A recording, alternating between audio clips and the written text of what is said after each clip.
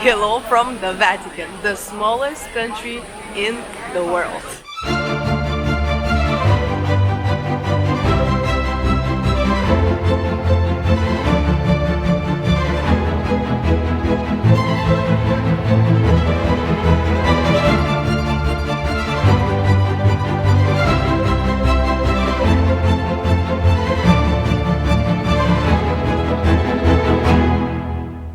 So, we are going to tour the St. Peter's Basilica first. I have a guide with me, 2 hours. Small group of 3 people, which is going to be amazing. We are in the Vatican City, the smallest country in the world, okay? And there is an important difference between the Vatican City and Vatican country before the unification of Italy. The Vatican City is the capital of the Catholic world and home to the Pope. The popes used to rule over the papal states that covered much of modern-day Italy. Today, the borders of the tiny nation of about 800 people are located inside of Rome itself. But it has all the things you'd expect of a country. Its own government, laws, own bank, prints its own stamps, and issues its own license plates. It even has its own king, which happens to be the Pope himself. There is the tiara, the crown of the Pope and the 2 cross keys. One key represents the political power, so the Pope as the king. The other key represents the religious power, so the Pope as the successor of St. Peter. St. Peter's Basilica is the largest church in the world. It's a cultural, historical, and architectural landmark which holds within itself treasures from millennia. Regarded as one of the holiest sites for Christianity, it was designed by the greatest masters of the time, including Bramante, Michelangelo, Maderno, and Bernini. Inside the basilica are held a series of priceless treasures in marble and bronze, papal tombs, and several famous paintings. The Pieta, one of the most recognizable statues in the world, created by Michelangelo, is also here.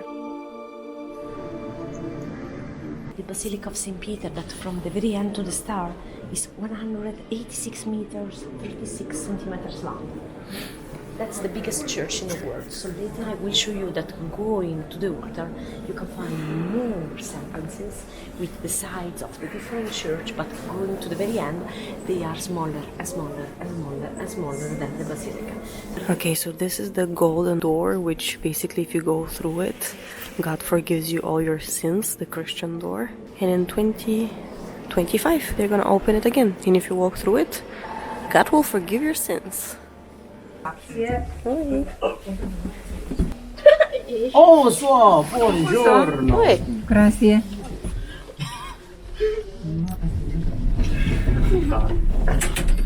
Sarebbe bello. Prego.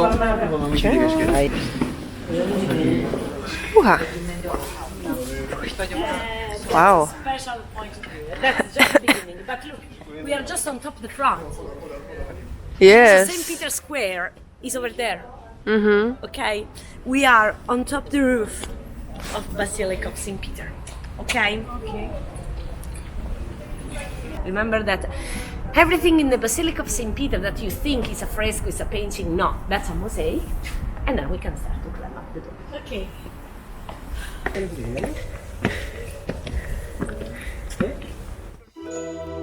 The St. Peter's Basilica Dome, or the cupola, is one of the largest domes in the world. The design of the dome is attributed to Michelangelo and is undoubtedly a masterpiece.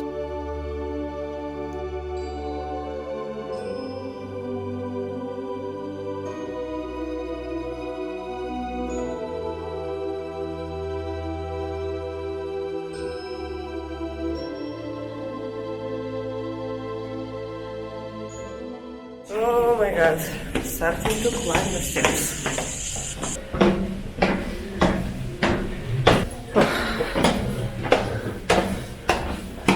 How many are they? Steps? Oh, there's more. Oh.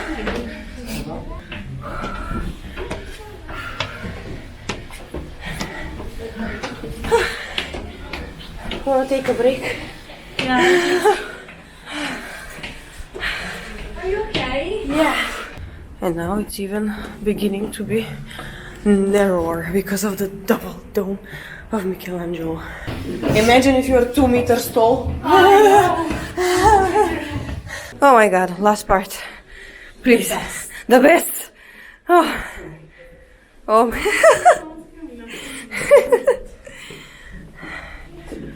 There's a rope. Okay. Now if you thought that before it was narrow, now it's almost impossible. We're going in circles. Nice. Oh yes. Is that it?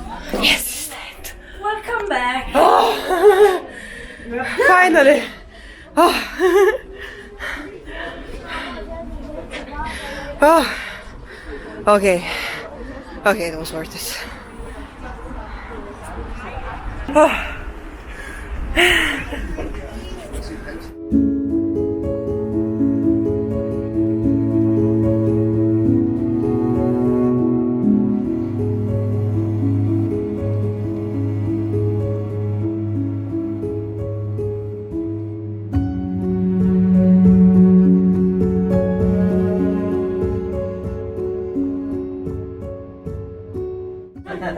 Okay, going down.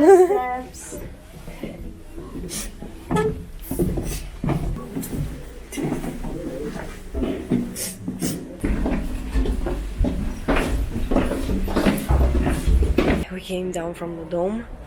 Definitely take the elevator to half of the staircase which allows it, because otherwise it's just like a little tunnel going spiral wise upstairs, and it's like a little bit, if you have vertigo or if you feel dizzy easily, you'll get dizzy. Here's the dome of Michelangelo. Super beautiful. I do recommend that you come up to the top and see this, because it's amazing. 360 degrees view over Rome and the Vatican. We're going to go now into the Basilica again for our guide to explain us more in detail the things inside, and then we're going to go in the underground where the tombs are. So that's gonna be interesting. I hope I can film, because as far as I know it's not allowed, but I'm gonna try. We're going to go in the tombs. Fingers crossed I can get something. Inside the grottos under the basilica are the tombs of over 90 popes, a few monarchs, and other church dignitaries, which date back to the 10th century. Unfortunately, it is not possible to film inside, but it was very interesting to see. Very interesting. We saw the tomb of St. Peter, and we saw also the original columns of the Church of Constantine, over which St. Peter was built. If you want to get more in deep into the Vatican, I would recommend that you go down, but you need to have like a special tour for it, or like special ticket to go down. Go and see for yourself. The balcony where the Pope goes out to greet the people over the square. By the way, look at the line to enter the Basilica now. Come early. St. Peter's tour ended. I got the ticket from our guide, Serena, because I do a scrapbook. Now I'm going to meet Christina and Marina, because at 10 o'clock we have actually the tour of the Vatican Museums and the Sistine Chapel. So that's gonna be interesting. And by the way, I just saw the Swiss Guard. Look at them. They have a very funny uniform. So the Swiss Guard is actually the private security guard of the Pope. We have met our guide for the Vatican Museum.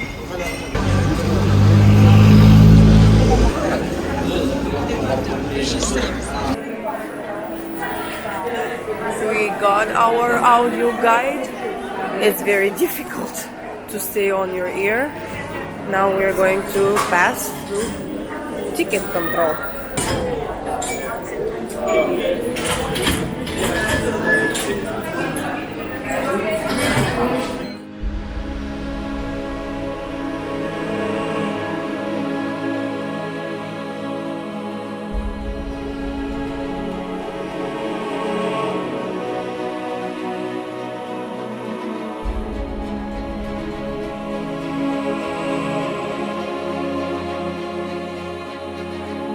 Joining a tour of the museums is the best thing to do, as you will understand the history behind what you're looking at. Our tour was with a group of about 30 people, and as most groups do, one of the first things we did was have a long history briefing in the Pinecone courtyard, where you get to see the Sphere by Arnaldo Pomodoro.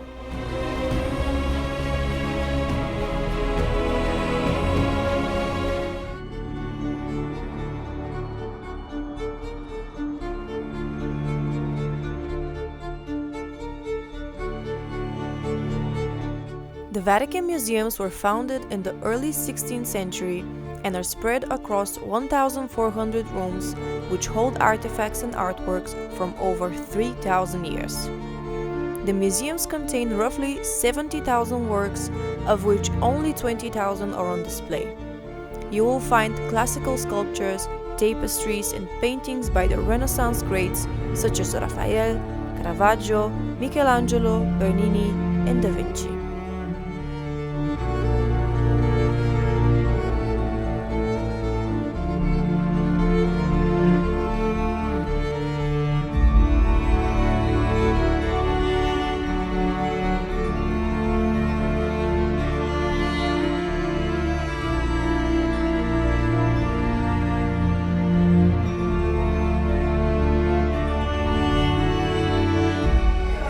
Fun fact, if you take 1 minute to admire each piece of art in the Vatican Museums, you can spend here about 7 years.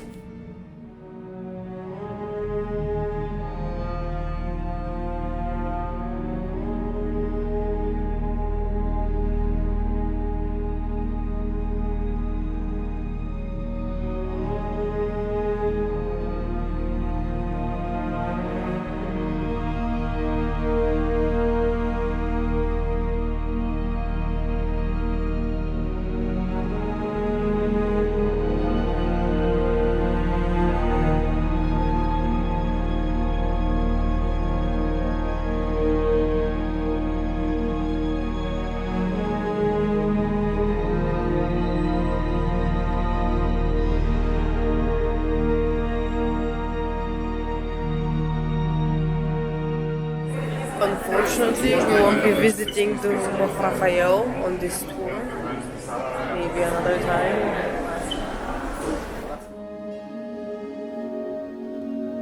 The Sistine Chapel is the last room in the Vatican Museums you will visit.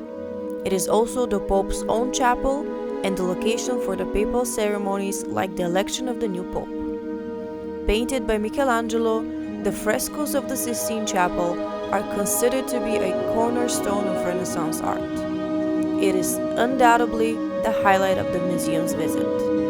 Everyone inside can be found looking up, staring at the magnificent ceiling.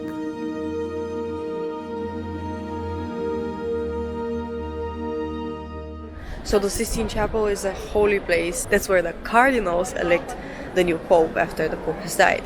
And it's from its roof where you see the white smoke if the Pope has been chosen, or the grey-black smoke if the Pope hasn't been chosen.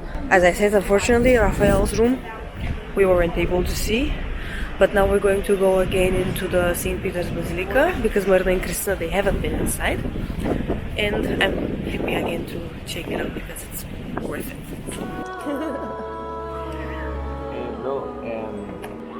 ¿Y cómo se puso? En plan, aquí bien.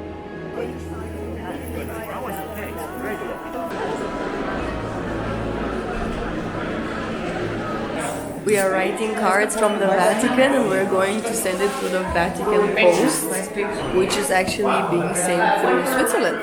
These guys are coming back to Bulgaria. Okay, we are now going to send postcards from the Vatican using the postcard card, the Vatican Post. The interesting thing about this is that when you send the postcard, it actually gets sent through Switzerland. Oh my god! And you will get stamped crosses of the Vatican on your postcard. So, 2 postcards are going back to Bulgaria.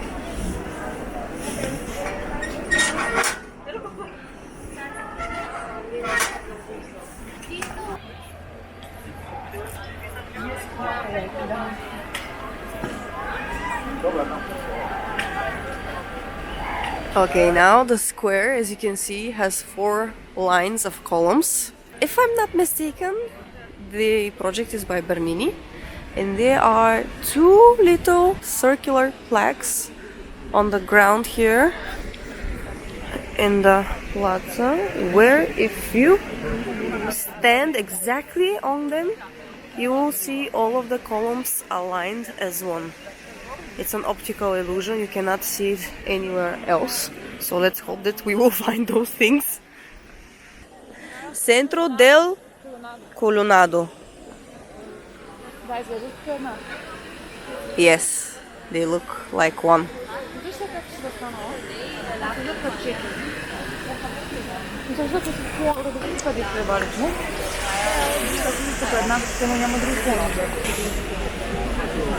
We're super tired. We have done almost everything. We didn't see the gardens, but come on, you cannot see everything in one day.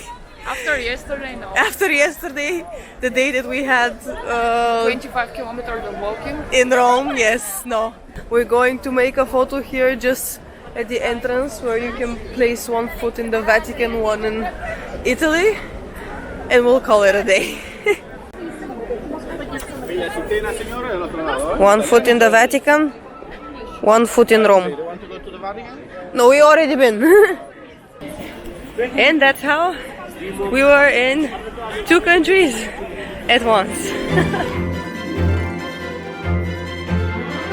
So this was my day in the Vatican City, the smallest country in the world. It was very interesting. I definitely think that it's worth visiting. Now we're heading back to Rome. If you want to see my other vlog from Rome, click somewhere around. It will be linked here. Thank you so much for watching. See you in the next one. Bye.